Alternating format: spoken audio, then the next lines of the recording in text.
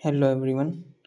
मैं जा रहा हूँ यहाँ पे बुक पढ़ने जिसका नाम है unchangeable miracle of the Quran, जो कि यूसुफ अल हज अहमद ने लिखी है। इसमें इन्होंने कुरान के बारे में लिखा है और जो कि साइंस में हम पढ़ते हैं, जो कि कुरान में दिया हुआ है, वो उसके बारे में इन्होंने पूरी बुक में बताया है अच्छे तरीके से अपनी लैंग्वेज में। तो मैं आज ये वाली बुक पढ़ूँगा। इसकी मेरे पास हार्ड कॉपी नहीं है क्योंकि ये बहुत महंगी बुक है, वरना मैं मंगा लेता। तो मैं इसको PDF से ही अभी पढ़ूँगा। तो इसमें जो पहला चैप्टर है वो है इंट्रोडक्शन टू साइंस इन इस्लाम। तो अब हम पढ़ना स्टार्ट करते हैं। टाइम हो रहा है 11 बज रहे हैं। आधे घंटे पढ़ेंगे हम, जैसे कि हमने अपने चैलेंज लिया है उसको पूरा करेंगे। अब क्या कह रहा है, इंट्रोडक्शन टू साइंस इन इस्लाम। तो हम लोग जो साइंस है वो बुक में इस्लाम में लिखी हुई है, कैसे मतलब यही बताएंगे। तो अब क्या कह रहा है, in Islam seeking knowledge is act of worship. तो इसमें इस्लाम में क्या है कि जैसे कि हम कोई भी नॉलेज अगर हम प्राप्त करते हैं तो उसी को क्या कहते हैं, वर्शिप। मतलब कोई भी चीज़ हम नॉलेज लेंगे तो उसे क्या कहेंगे, वर्शिप कहेंगे इन इस्लाम में। Worship means submission to Allah in all that he commands and prohibit. ये कह रहा है कि जो हम लोग वर्शिप करते हैं, वर्शिप मीन्स क्या होता है, सबमिशन टू अल्लाह। मतलब सबमिशन कर देते हैं हम लोग अल्लाह के ऊपर। He commands and prohibit. Linguistically knowledge means, अब ये कह रहा है knowledge means knowing the reality of something. Knowledge means knowing the reality of something. मतलब नॉलेज मतलब क्या होता है कि हम लोग किसी भी चीज़ की रियलिटी को जाने। कोई बोल रहा है, कोई कुछ कर रहा है तो हम उसकी बात मतलब कि मान भी सकते हैं, मगर कि हमें उसकी रियलिटी देखनी चाहिए कि वो कितना सच है और कितना नहीं है, तो वही नॉलेज हो जाएगी। ये कह रहे हैं इसमें। Submission of Allah the exacted and worship something. Submission to Allah, the exalted and worshipping Him necessitates knowledge about Allah, although knowing Him physically is impossible. अब ये कह रहा है बुक में कि हम लोग अल्लाह को फिजिकली नहीं देख सकते हैं। ये इम्पॉसिबल है कि हम उन्हें फिजिकली देख सकें, क्योंकि for he sees and he is not seen. For he sees मतलब कह रहे हैं कि अल्लाह हमें देखता है मगर हम उसे नहीं देख सकते। ही इज़ नॉट सीन, यहाँ पे ही मतलब किसकी बात कर रहा है, अल्लाह की बात कर रहा है।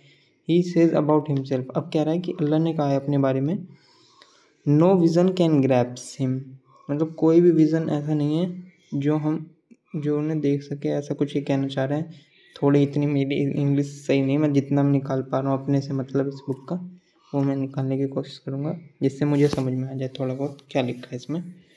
कुछ गलत भी हो सकता है तो उसके लिए माफ़ कर दीजिएगा मुझे। But he grasps all vision. मतलब वो यही कह रहा है कि अल्लाह हमें देख सकता है बट हम उसे नहीं देख सकते हैं। ये इसका मतलब है मेरे हिसाब से। Well acquainted with all things. नीचे लाइन लिखी है, it is also impossible that he should have a like him.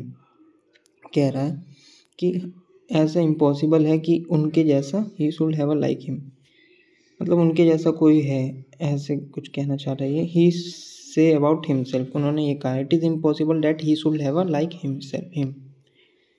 There is nothing like him. अब ये कह रहे हैं कि उनके जैसा कोई भी नहीं है, अल्लाह के जैसा कोई भी और नहीं है। He is all hearer and the seer and he is far above having a partner. उनके पास कोई पार्टनर नहीं है। He has far above a partner, मतलब पार्टनर नहीं है, उससे बहुत ज़्यादा ऊपर है। He says he has no Muslim partner and of this I have been commanded and I am the first of Muslim. तो अल्लाह क्या है, फर्स्ट ऑफ मुस्लिम है, मुस्लिम का फर्स्ट है, फर्स्ट ऑफ मुस्लिम।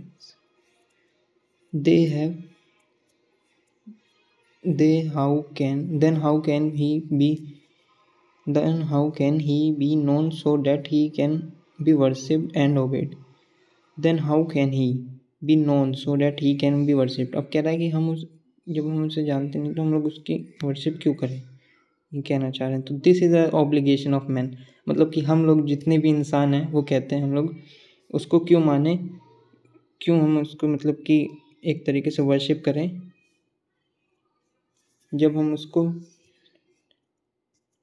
तो ये हम लोग, ये ह्यूमन लोग कहते हैं, मतलब हम लोग कहते हैं। अब Allah has endowed him with reasons. अब ये कह रहा है कि हम लोग क्यों वर्शिप क्यों करनी चाहिए। And sense with which he can discover him through reflection and manifesting of the universe through his wonderful creation and great sign. अब हम लोग क्यों करना चाहिए हमें वर्शिप उनकी, क्योंकि उन्होंने बहुत सारे साइन ऐसे बता रखे हैं कुरान में। Those who are able to make this discovery are the intelligent one. Those who are able to make this discovery are the intelligent ones. अब ये शायद कह रहे हैं कि जो भी उसको पता कर लेता है क्यों हमें इनकी वर्शिप करनी चाहिए, वो क्या है, इंटेलिजेंट वन है। The glorious Quran has illustrated manifested glorious Quran has illustrated manifestation of this universe and invited human minds to reflect on its wonderful creation। तो शायद ये कहना चाह रहे हैं कि जो इतना खूबसूरत उन्होंने इस पूरे संसार को बनाया है, वंडरफुल क्रिएशन मतलब बनाया है उन्होंने संसार को इतना खूबसूरत। It present N illustration of the earth, it present an illustration of the earth and the mountains that are fixed upon it and the seas that run beneath it, Allah says in the Quran। तो ये कह रहे हैं कि कुरान में जो ये सब लिखा हुआ है कि माउंटेन क्या है, फिक्स्ड है, कहाँ पे, अपॉन इट, मतलब अर्थ पे क्या है, फिक्स क्या है, माउंटेन। और सी क्या है, वो क्या होती है, रन करती है, मतलब बहता है, बीनीथ इट, मतलब कि धरती पर क्या बहता है, पानी, मतलब सी जो है वो कहाँ पे बहती है, धरती पे। और जो माउंटेन है वो कहाँ पे खड़े होते हैं, ज़मीन पे। अल्लाह सेज इन कुरान, ये अल्लाह ने कुरान में कहा है। And he says and he has affixed into the earth. ये शायद आयत लिखी हुई है, मुझे नॉलेज नहीं है, मैं सच बताऊँ तो ज़्यादा मैं पहली बार ही पढ़ रहा हूँ। And he has affixed into the earth mountains and he has affixed into the earth mountain standing firms। he has affixed into the earth mountain standing firms, मतलब ये वही जो पीछे लिखा है इंग्लिश में, उसका मीनिंग वैसे थोड़ा लिख रहा है, थोड़ी टफ लैंग्वेज में। तो ये कहना चाह रहा है जो अर्थ पे माउंटेन है वो खड़े हुए हैं एक तरीके से। Least it should shake with you, least it should shake with you, मतलब कि वो हिलते नहीं अपनी जगह से ज़्यादा, कभी भी बहुत कम हिलेंगे, शायद ऐसा कुछ कहना चाह रहे हैं। river and the noon that you may guide yourself, that you may guide yourself। have we not made the earth as a bed and the mountain as pegs। ये कह रहे हैं have we not made the earth as bed and mountain as a peg। अब इसका मतलब ये आगे बताते हैं। the Quran present an illustration of the sea and what benefits man is endowed with from it in the following saying। तो ये अभी आगे हम पढ़ेंगे तब मैं इसका मतलब बताता हूँ आपको, जो भी मुझे समझ में आ रहा है। मुझे ज़्यादा मतलब कि आ रहा है समझ में, मगर सही से मीनिंग नहीं निकाल पा रहा हूँ मैं ज़्यादा अच्छी, तो उसके लिए माफ़ कर दीजिएगा। And he is who subjected the sea and it is who has subjected the sea to you that you eat through thereof fresh tender meat fish। it is who has subjected the sea to you that have eat through fresh tender fish meat। he is who has subjected the sea to you, मतलब वो कह रहे हैं जो समुद्र है उन्होंने बनाया आप उसको, that you eat through fresh tender meat. तो अब कह रहा है कि जो उसमें फ़िश होती है उसको हम लोग खा सकते हैं, या ऐसे कुछ कहना चाह रहे हैं कि हम वो प्रोवाइड करते हैं फ़िश, उससे हम लोग क्या खा देते हैं, जो समुद्र में होती है फ़िश को। And that brings forth out of it ornaments to wear. अब ये कह रहा है जो समुद्र होता है ना उसमें बहुत सारे, आपको पता होंगे कुछ जानवर होते हैं जो कि क्या कहते हैं, सीप जैसे, शायद सीप जानवर कोई होता है एक, तो उसमें मोती शायद ऐसे कुछ रिलेटेड है, वो समुद्र में पाया जाता है। तो उससे हम लोग क्या करें, ऑर्नामेंटल क्या होता है, ऑर्नामेंटल मतलब जो सजावट के लिए यूज़ होता है, सजावट। ऑर्नामेंट्स मतलब क्या होता है, जो सजावट में यूज़ होते हैं। तो वो कहाँ पे पाए जाते हैं, बहुत सारे जो सजावट में कुछ चीज़ यूज़ होते हैं वो कहाँ पे पाया जाता है, समुद्र के अंदर। टू वीयर वीर मतलब पहनना होता है। And you see this you see the ships flowing through it, that you may seek of his bounty by transporting the goods from place to place, and thus you may be grateful। तो ये कुछ बात कर रहा है shipment की, जो boat होती हैं, शिप होती हैं, और ट्रांसपोर्ट उसकी कुछ बात कर रहा है। मुझे नहीं समझ में आ रहा है क्या लिखा है, उसका मतलब क्या होगा ज़्यादा सही है, इसलिए मैंने उसका मतलब नहीं बताया।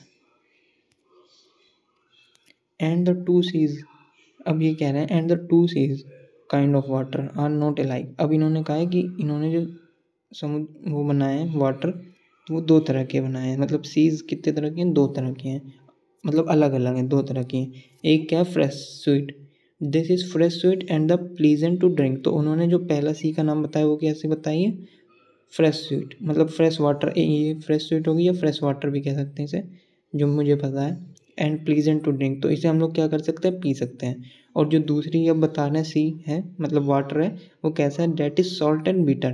तो जो दूसरा ये बता रहे हैं वो कैसा होता है, साल्टी होता है, मतलब खारा, और बिटर मतलब कड़वा होता है टेस्ट में। तो इन अल्लाह ने बताया है कुरान में कि क्या कहते हैं, दो तरह के क्या होते हैं, सी होते हैं, ये वाटर हो सकते हैं, दो तरह के होंगे। एक क्या होगा, फ्रेश स्वीट वाटर, और दूसरा क्या होता है, साल्ट एंड बिटर वाटर। तो ये मैंने पढ़ रखा है, ये बुक में भी दे रखा है, 11th की बुक में, बायो में, कि दो तरह के वाटर मतलब क्या होते हैं। एक क्या होता है फ्रेश वाटर, तो यहाँ पे उसको क्या लिख रहा है, फ्रेश स्वीट। और एक क्या होता है साल्टी वाटर, मैराइन वाटर जिसे कहते हैं हम, मैराइन वाटर समुद्र का पानी, तो वो क्या होता है, साल्ट और बिटर होता है। And from them both you eat fresh tender meat, ये बहुत ही अमेजिंग लाइन लिखी है जो मैंने अभी पढ़ा। And from them both you eat fresh tender meat, तो इसमें ये लिखा है कि चाहे वो मैरीन वाटर हो या फिर क्या हो, फ्रेश वाटर हो, उस दोनों से हम लोग क्या ले सकते हैं, फिश, जिसको हम खा सकते हैं। टेंडर मीट मतलब उसको हम लोग क्या कर सकते हैं, फिश को हम लोग खाते हैं ना, तो वही लिखा है इसमें। And from them both you eat fresh tender meat, तो चाहे वो कौन सा पानी हो, समुद्र वाला मतलब मैराइन वाटर हो या फ्रेश वाटर हो, उन दोनों में क्या होती है, फिश। तो उन दोनों फिश को हम लोग खा सकते हैं, जो भी प्रेजेंट होंगे उसमें से दोनों वाटर में। एंड डिराइव द ऑर्नामेंट्स, अब ये कह रहा है कि हम लोग उसमें से क्या निकाल सकते हैं, ऑर्नामेंट्स। समुद्र के नीचे जब जाते हैं हम लोग या पानी के नीचे क्या होता है, ऑर्नामेंट्स। ऑर्नामेंट्स मतलब क्या होता है, एक तरीके से जो सजावट के लिए यूज होता है कुछ चीज़, तो डैट यू वियर, इसे हम पहन भी सकते हैं। And you see the ships cleaving the sweeter sea water as they sail through it, that you may seek of his bounty, that you may give thanks। ये मुझे नहीं समझ में आ रहा है इसका मतलब, कुछ अच्छा ही है इसका मतलब भी कुछ।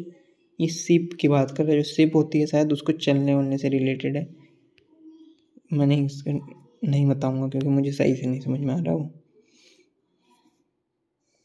फिर यहाँ से पढ़ेंगे हम, and it is who has left free the two seas kind of water, he who has let free the two seas, one palatable and sweet। तो यही अब कह रहा है कि एक क्या होगा, पैलेटेबल एंड एक स्वीट। शायद पैलेटेबल मतलब शायद मैराइन की बात कर रहा है, एंड स्वीट मतलब स्वीट की तो मतलब फ्रेश वाटर जो हम लोग पीते हैं।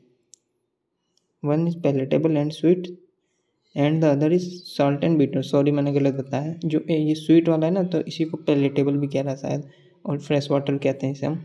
और जो दूसरा क्या है, सॉल्ट और बिटर मतलब कि marine water. And he has set barrier and a complete partition between them. अब ये कह रहा है जो हमने पढ़ रखा है बायोलॉजी की बुक में भी, मैंने पढ़ रखा है ये होती चीज़ कि दो तरह के मेनली वाटर होते हैं। कौन कौन से होंगे, मतलब जो वाटर होते हैं दो तरह के मतलब होते हैं एक तरीके से देखा जाए तो। एक क्या होता है, मैराइन वाटर होता है, जो समुद्र का पानी उसे क्या कहेंगे, मैराइन वाटर। और एक क्या होता है, फ्रेश वाटर। तो फ्रेश वाटर मतलब ये जो तालाब होते हैं उसको शायद फ्रेश वाटर कहते हैं। तो ये कह रहा है कि जो वन कहा गया, ही सेट अ बैरियर, तो इन दोनों के बीच में क्या है, बैरियर हो किया गया है अल्लाह के द्वारा शायद, कंप्लीट पार्टीशन बिटवीन देम। तो जो मैराइन वाटर और फ्रेश वाटर, इन दोनों के बीच में क्या है, पार्टीशन है, मतलब कि इन दोनों को अलग किया गया है एक तरीके से, ऐसा लिखा है इसमें। He has let loose the two seas salt and fresh water. देखिए मैं भी कह रहा था ना, एक क्या होता है, सॉल्टी किसको कह रहा है, मैराइन वाटर को, और फ्रेश वाटर तो मैंने बताया ही था अभी। He has let loose the two seas, salt and fresh water meeting together. He has let loose the two seas meeting together. तो मतलब ये दोनों आपस में नहीं मिलेंगे, यही लिख के line. Between them is a barrier which none of them can transgress, मतलब कि आपस में नहीं मिलेंगे। कौन से? फ्रेश वाटर और मैरिन वाटर। यहाँ पे दूसरा नाम दे रखा है, यहाँ पे क्या दे रखा है? दे रखा है फ्रेश स्वीट, और दूसरे का क्या नाम है? Salt and bitter. कहाँ पे थे हम? बिटवीन द, हाँ, transitions. then which of the then which of the blessing of your Lord will you both jinn and men deny? Then which of the blessing of your Lord will you both deny? It illustrates the natural phenomena of the heaven and its relationship with the earth. तो अब ये कह रहे हैं कि जो natural phenomena है haven का, मतलब कि जन्नत का और अर्थ में क्या रिलेशन है इन दोनों के बीच में, जन्नत और अर्थ में क्या रिलेशन है आपस में। तो among his signs it is that he shows you the lightning for fear and hopes, and among his signs is that he shows you the lightning for fear। अब ये कह रहे हैं कि जो बिजली कड़कती है ना, वो किस लिए कड़कती है? जिससे कि आपको क्या हो? फियर मतलब डर लगे थोड़ा बहुत। एंड फॉर होप्स, तो जिससे कि आपको क्या हो? होप्स हो, जिससे कि आप अल्लाह को शायद याद करें, ये हो सकता है मेरे हिसाब से। मतलब कि जो बिजली कड़कती है वो किस लिए? अल्लाह ही मतलब कि अल्लाह ही करते हैं वो एक तरीके से। And he sends down water, ये क्या कह रहे हैं कि क्या कहते हैं? ये कह रहे हैं कि जो वाटर आता है कहाँ से? ऊपर से, मतलब कि हवा से में जो पानी होता है ना, वो कौन नीचे भेजता है? Allah. He send down water from the sky, sky से पानी जो नीचे भेजते हैं वो कौन भेजते हैं? Allah. And there with receive the earth after it death, there with receives the earth after its death, very in that are indeed signs for the people who understand। फिर आगे पढ़ेंगे हम। It is who shows you the lightning, तो मतलब ये कह रहा है कौन शो कर रहा है लाइटनिंग को? वो जो बिजली कड़कती है, अल्लाह। एज अ फियर, किस लिए ये करते हैं लाइटनिंग को? जिससे कि आपके क्या हो? फियर हो। फियर मतलब डर होना होता है, फॉर मेरी इंग्लिश में इसका मतलब तो डर होना होता है, डरना। फॉर ट्रैवलर्स, किसके लिए? जो ट्रैवल कर रहा हूँ। एंड एज अ होप, और किसके लिए होता है? होप के लिए भी बिजली कड़कती है। एक तो ट्रैवल के लिए फियर्स लिखा है ब्रैकेट में, और hopes for that who are waiting for rain. देखिए जो बिजली कड़केगी वो दो रीज़न की वजह, दो रीज़न होगा उसके लिए। एक तो फियर कराने के लिए जो ट्रैवलर होंगे उनके लिए शायद, और किसके लिए? होप होगी किसके लिए? जो फार्मर होते हैं, जैसे कि मेनली यहाँ पे फार्मर तो कहीं लिखा नहीं है, मगर मेरे हिसाब से यही होगा। For those who wait for rain, तो वेट जो रेन के लिए कौन वेट करता है अधिकतर? हम भी करते हैं मेनली तो, मगर जब सबसे ज़्यादा नीड तो फार्मर को ही होती है ना, जो वेट करता है रेन के लिए, जिससे कि बारिश हो जाए तो उसकी फसल उगे। तो शायद इसलिए लिखा है as hope for those who wait for rain. And it is he who brings up और ओरिजिनेट द क्लाउड्स। यहाँ पे फिर कह रहा है कि अल्लाह क्या ब्रिंग्स करता है? ब्रिंग्स अप, अल्लाह ब्रिंग्स अप और ओरिजिनेट द क्लाउड, तो क्लाउड्स को अल्लाह ही बनाता है एक तरीके से। यहाँ पे शायद ये कहना चाह रहा है जो भी प्रोसेस होता है वो सब अल्लाह ही करवाता है, ये कहने का मतलब है। हैवी विथ वाटर, यहाँ पे क्या लिखा है? जो क्लाउड होता है किससे? जो एक क्लाउड होता है ना, उसमें क्या होता है? बहुत सारा पानी होता है, इसलिए लिखा है हैवी विथ वाटर। जो क्लाउड होता है मतलब बादल, उसमें क्या होता है? बहुत सारा पानी, ये लिखा हुआ है यहाँ पे। And thunder glorifies and praises him, and so do the angel because of you. He sent the thunderbolt, and therewith he strike whom he will, yet they dispute about Allah, and he is mighty in strength। यहाँ पे इन्होंने दे रखा है अपनी book में, ये figure दे रखे हैं कुछ, जो मैं आपसे कह रहा था ना कि जो पीछे लिखा था, जो मैं आपसे कह रहा था कि ऑर्नामेंट के लिए यूज़ कर सकते हैं। तो ये देखिए जो ये बन रहा है ना, इसी को शायद सीपिया कहते हैं। तो ये किसके लिए ऑर्नामेंट में यूज़ होता है? ये चीज़ बता रहे थे। अभी पीछे जो हमने पढ़ा, तो ये ऑर्नामेंट के लिए यूज़ होता है। तो ये कहाँ पाया जाता है? समुद्र में। तो वो पीछे लिखा हुआ था ये बात। और एक अभी मैंने एक और बात बताई थी कि जो मछली होती है वो कहाँ पाई जाती है? फ्रेश वाटर में भी पाई जाएंगी, मैरीन वाटर में भी पाई जाएंगी। और इसको हम ऐसा एज अ क्या यूज़ कर सकते हैं? मील मतलब खाने में यूज़ कर सकते हैं, जो फ्रेश वाटर में पाई जाएंगी और मैरीन वाटर में पाई जाएंगी, दोनों। अब कुछ एक्सेप्शन हो सकता है इसमें, मे भी, मुझे नहीं पता है इसके बारे में, तो मैं नहीं बोलूँगा इसके बारे में कुछ भी ज़्यादा। बस जो लिखा मैंने वो अपने हिसाब से जो भी मुझे समझ में आ रहा है वो मैं बता रहा हूँ। मैं गलत हो सकता हूँ जो एक्सप्लेन कर रहा हूँ इसको।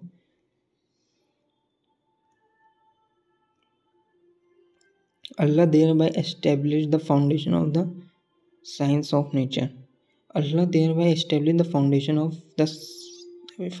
the science of nature. तो यहाँ पे इन्होंने लिखा है, ऑथर ने शायद ही लिखा है या कुरान में लिखा है, मुझे नहीं पता है, मगर ये बुक जो मैं पढ़ रहा हूँ इसमें लिखा है। तो ये शायद ऑथर बताना चाह रहे हैं, या फिर कुरान में भी लिखा हो सकता है ये वाली line.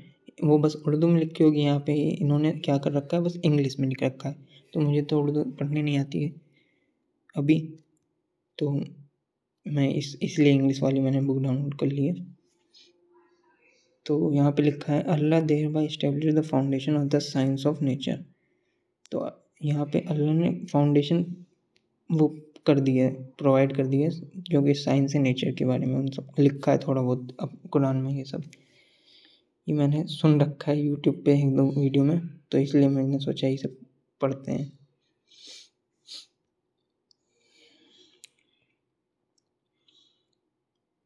The Quran present the picture of haven. तो कुरान में क्या है? Picture of the haven present करता है, क्या? Picture of haven. What is in it space of planet, it space of planet and star. तो जो स्पेस है उसमें क्या है? प्लैनेट है और स्टार है, तो हमें पता ही है, ये भी लिखा हुआ है। एंड इंडीड, टाइम देख लेते हैं, 11:23 हो रहा है। And indeed we have put the big star in the heaven.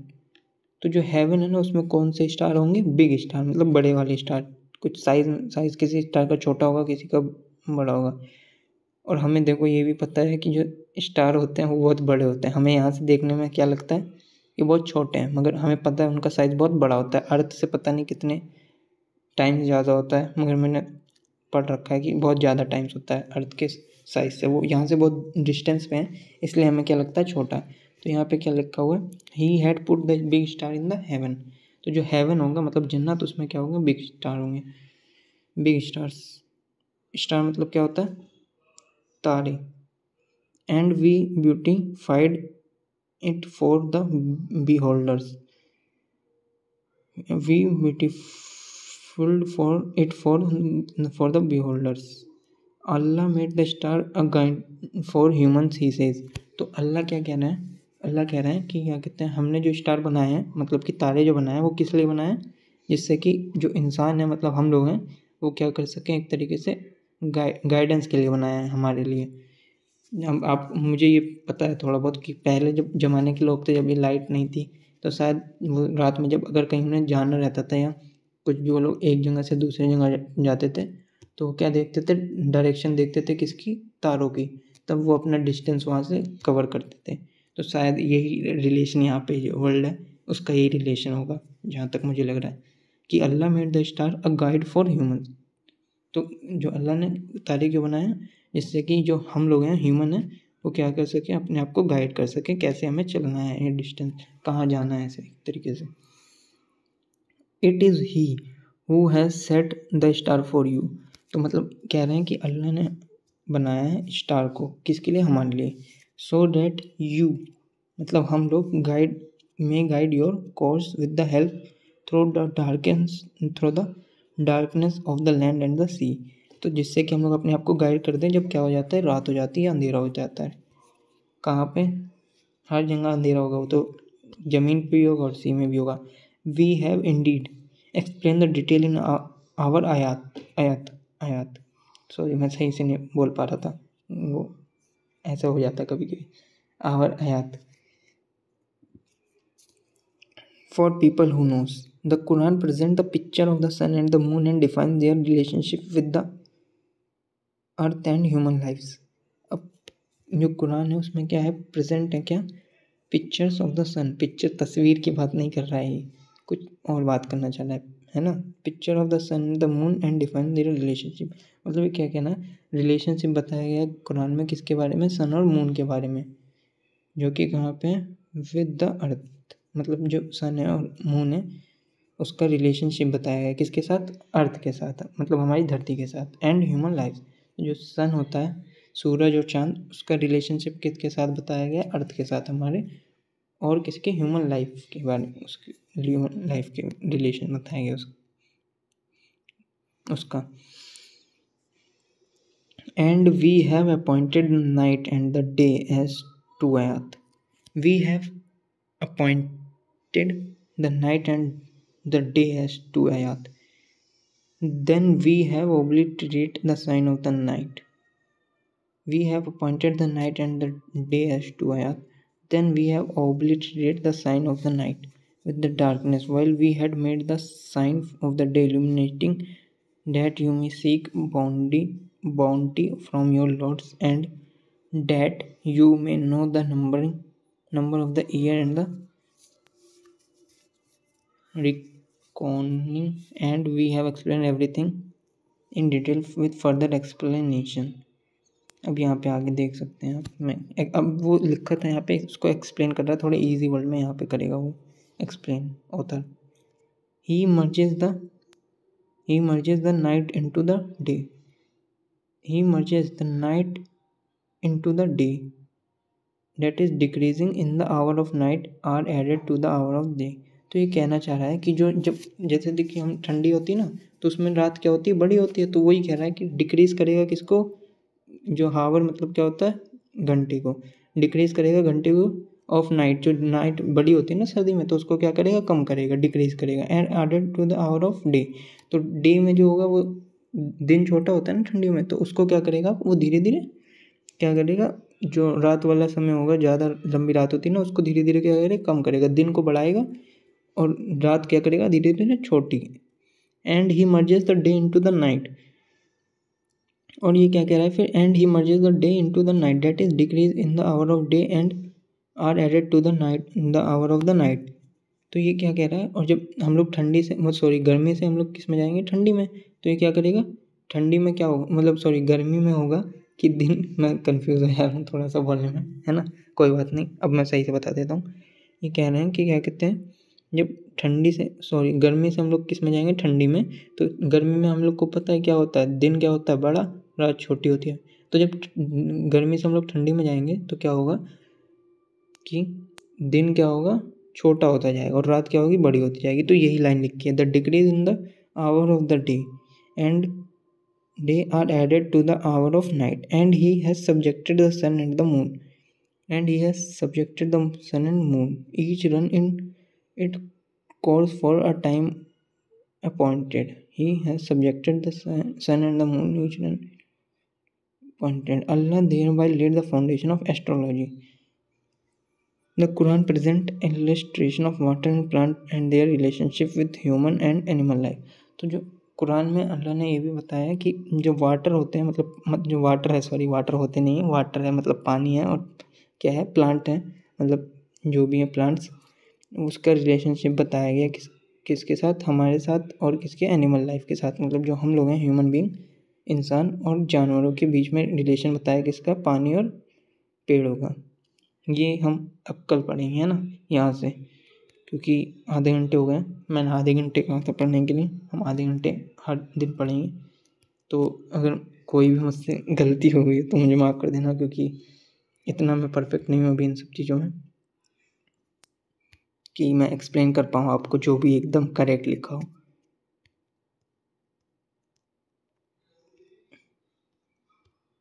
तो मैं अल्लाह से भी माफ़ी मांग लेता हूँ, अगर मैंने कहीं पे भी कुछ भी गलत पढ़ा होगा तो उसके लिए माफ़ कर देना मुझे।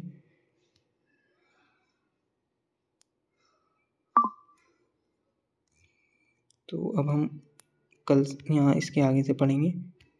ये बुक मैं बता देता हूँ आपको किसकी है एक बार फिर से। इसकी हार्ड कॉपी मैं मंगा लेता, मगर ये बहुत महंगी है, मैंने देखा था, इसका प्राइस अराउंड 10,000 है। इसका नाम है unchangeable miracle of the Quran, unchallengeable है, sorry, unchangeable miracle of the Quran किसने लिखे? यूसुफ अल हज अहमद ने। तो यहाँ पे हमारे 30 मिनट कंप्लीट हो गए।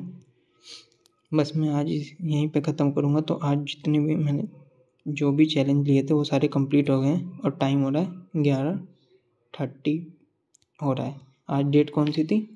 17 अक्टूबर को हमने स्टार्ट किया था। आज डे फर्स्ट था हमारा, ये कंप्लीट हो गया है। अब इसके आगे से हम कल पढ़ेंगे और कल भी मुझे सुबह 7 बजे से पहले ही उठना है। तो बस मैं अब इतना ही रखूँगा, बहुत लंबी वीडियो हो गई है। और जो भी मुझसे गलती हो गई हो एक बार जो पढ़ते टाइम उसे मुझे माफ़ कर दीजिए। ठीक है, बाय।